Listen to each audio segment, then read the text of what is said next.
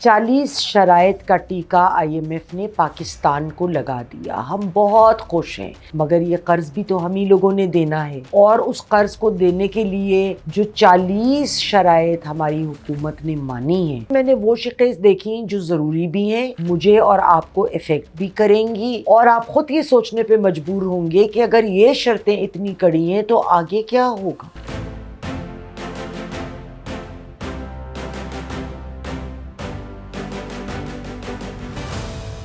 خواتین و حضرات، السلام علیکم۔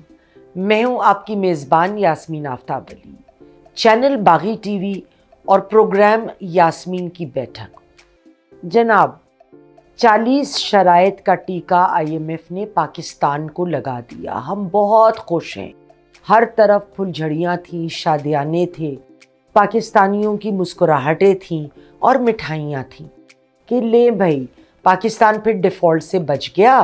$7 بلین کا IMF نے قرض ہمیں الاؤ کر دیا۔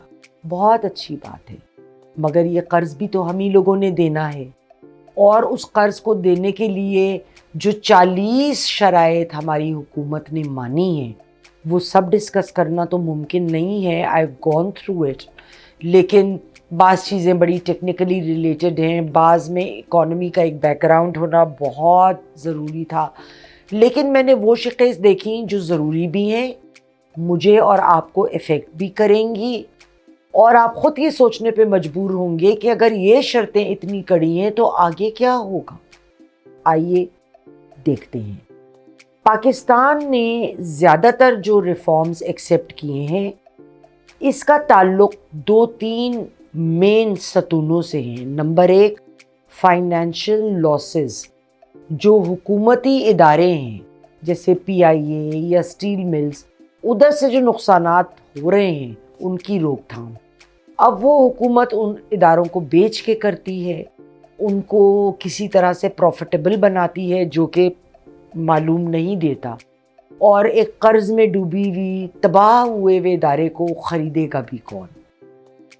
اس کے علاوہ ایلیٹ کلچر کو کرب کرنا، یعنی ایک پاکستان میں ایلیٹ کلچر ہے، آپ کے پاس پیسہ ہے تو بہت پیسہ ہے، کس طریقے سے آیا، کہاں سے آیا، وہ انکم کتنی جائز ہے، وہ انکم کتنی جائز نہیں ہے، اگر نہیں ہے تو ایسے لوگوں کی پکڑ کیوں نہیں ہو رہی، ان کی پکڑ کی جائے۔ اگر انہوں نے بے ایمانی سے پیسہ کمایا ہے تو اس پیسے کو ملک میں واپس وہ لے کر آئیں۔ اور اس کے علاوہ فسکل ڈسپلن مینٹین کرنا، مطلب آپ کے پیپرز کمپلیٹ ہونے چاہیے، آپ کی فائلنگ ٹیکسیشن کی، ایک ایک پیسہ جو خرچہ ہے، کدھر خرچہ ہے، کدھر سے آیا ہے، اس سب کی جواب دہی بہت ضروری ہے۔ IMF لیکن اس طرح کی جو کنڈیشنز ہیں وہ 2 لیولز پہ بہت زیادہ پاکستان میں پریشر ڈالیں گی، بلکہ 3 لیولز پر۔ ایک تو اس کا بہت بھاری اثر آئے گا عام عوام پہ، میرے اور آپ جیسے لوگوں پہ۔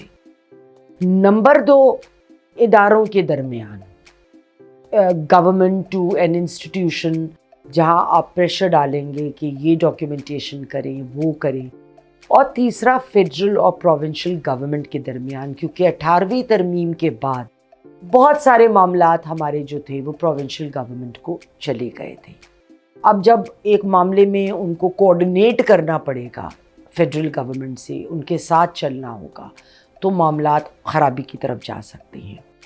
IMF کی رپورٹ نے یہ واضح کہا کہ in spite of the fact کہ SOE ریفارم ایجنڈا فروری 2023 میں امپلیمنٹ ہو گیا، لیکن ہم نے اس طرف کوئی قدم نہیں اٹھایا کہ جو اسٹرکچرل بلاکس ہیں ہمارے راستے میں ان کو ہٹایا جائے، تاکہ ٹرانسفارمیشن آئے اکانومی میں۔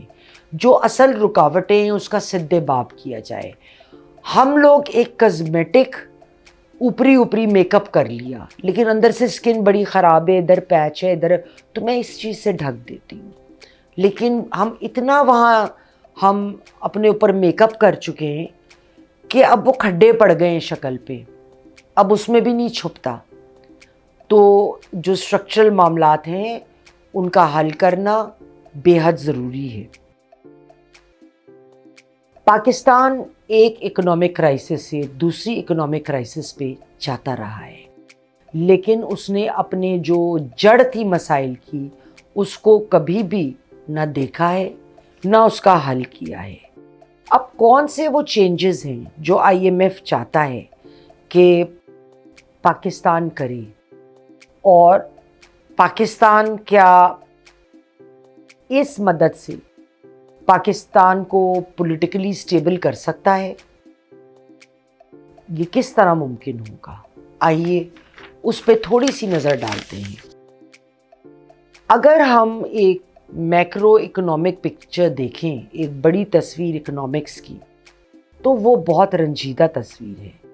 کیوں ہمیں 25ویں دفعہ IMF کے پاس جانا پڑ رہا ہے؟ کیونکہ جو بیلنس آف پیمنٹ ہے اس کا حل نہیں ہو رہا، اور ہم ایسے ہی آگے چلتے جا رہے ہیں، پھر قرض دینے کے لیے ہم اور قرض لے لیتے ہیں۔ پاکستان کے پاس کوئی حل نہیں تھا ماں سوائے اس کے کہ دوبارہ 25ویں دفعہ IMF کے پاس جاتا، اور بہت سارے پالیسی چینجز پاکستان کو ماننے پڑے کیونکہ مجبور تھا۔ جو نیا پروگرام ہے اس کی جو اصل تھرسٹ ہے نا، جو جھکاؤ ہے، جو وہ بات کر رہے ہیں، اب اس بات کو غور سے سنیے گا۔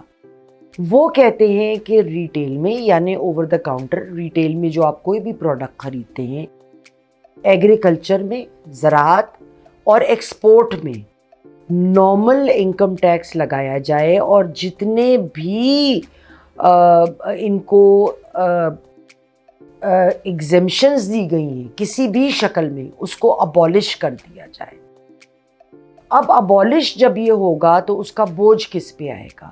وہ ایگریکلچرس نہیں لے گا، وہ مڈل مین نہیں لے گا، وہ ریٹیلر نہیں لے گا، وہ ہر چیز پاس آن ہوگی کسی نہ کسی ٹیکس کی شکل میں عام عوام کو۔ اس کا بوجھ مجھے اور آپ کو اٹھانا پڑے گا۔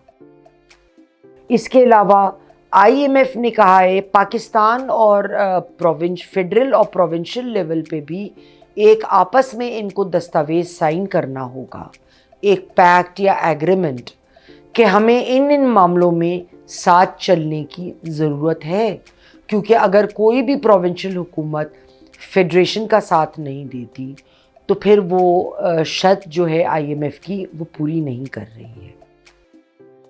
اوور آل IMF جو ہے ایڈیشنل ٹیکس میجرز کو پش کر رہا ہے۔